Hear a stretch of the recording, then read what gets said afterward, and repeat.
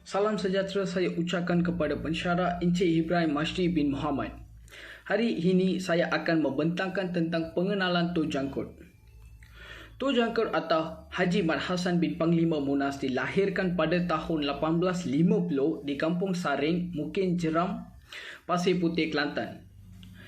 Haji Mat Hassan bin Panglima Munas yang lebih dikenali sebagai Tun Jangkut kerana memelihara dengan jangkut sampai ke paras dada.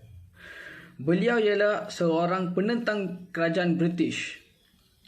Tun Jangkut mengangkat senjata menentang British semasa perang meletus antara kerajaan Turki Uthmaniyah.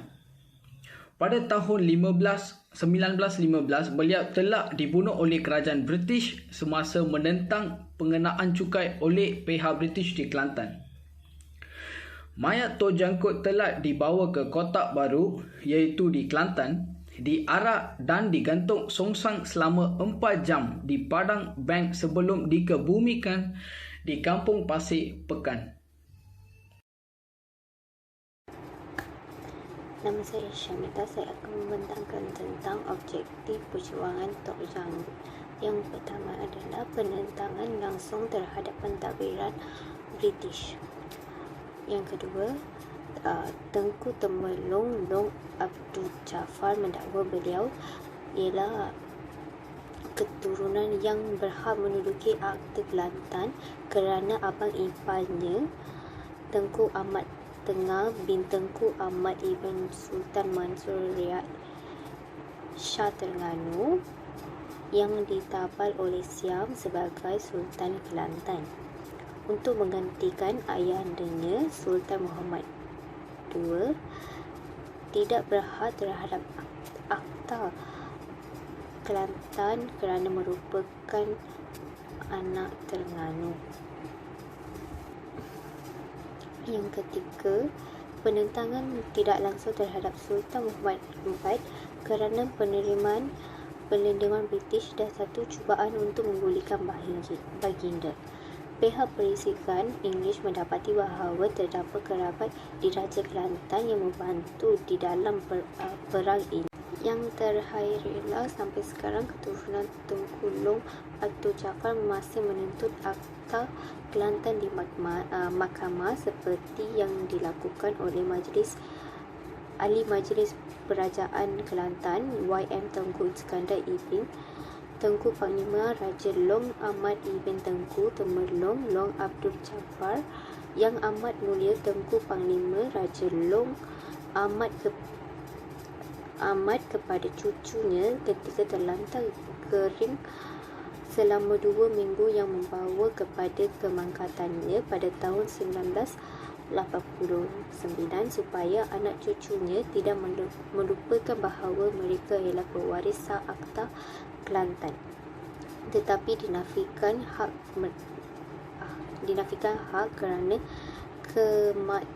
ketamakan pembesar Kelantan pada waktu itu.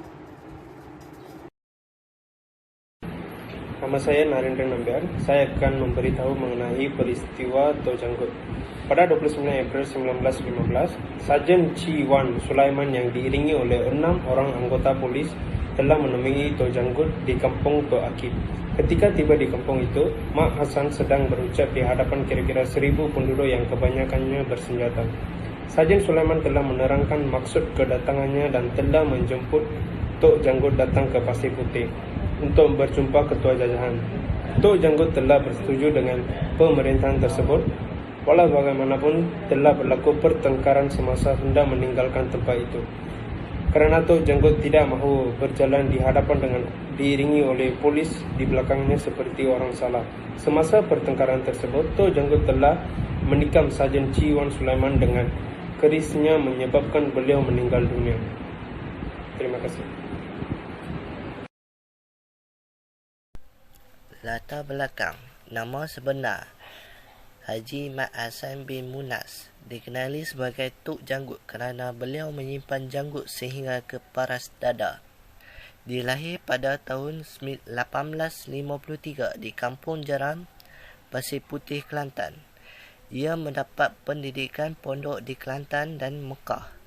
Mahir dalam ilmu persilatan, menetap di Kampung Nering, Kelantan, bekerja sebagai petani dan peniaga. Latar belakang: dengan temerahnya Perjanjian Inggeris Siam 1909, Kelantan telah jatuh di bawah naungan kerajaan Inggeris. Second, pihak kerajaan Inggeris juga memperkenalkan institusi pentadbiran baru seperti balai polis dan mahkamah.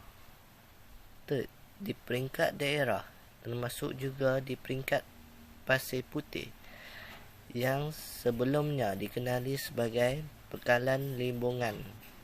Third, sebelum kedatangan Inggeris, daerah tersebut ditadbir oleh seorang pembesar kerajaan Kelantan yang dikenali dengan gelaran Seri Maharaja Tua. Hai, saya Kartika Nagarajan dari kumpulan Makilau. Saya ingin terangkan perjuangan Tok Jangkut mengenai kepentingan nilai-nilai murid dan pengajaran. Kepentingan dalam perjuangan Tok Jangkut ialah penentangan golongan konstitusi terhadap sistem cukai tanah baru dan cara kutipan dijalankan. Seterusnya ialah asal sentimen sokongan terhadap tokoh tempatan dan menyatu padukan orang Melayu. Nilai-nilai murni terdapat dalam perjuangan Tok Jangkut ialah kegigihan dan ketulinan, semangat dalam perjuangan membangunkan bangsa dan negara. Selain itu, kecintaan dan berpatriotik kepada negara untuk mengekalkan kedaulatan negara dan sanggup berkorban agar negara terus selamat daripada penjajahan asing. Pengajaran dalam perjuangan Tok Jangkut ialah kita semua bersatu dalam satu fikrah Islam bagi mengekalkan kemerdekaan yang dikecapi sehingga sekarang. Akhirnya ialah perjuangan Tok Jangkut iaitu jadilah manusia yang berilmu, kerana orang yang berilmu akan takut kepada Allah dan membenci kezaliman.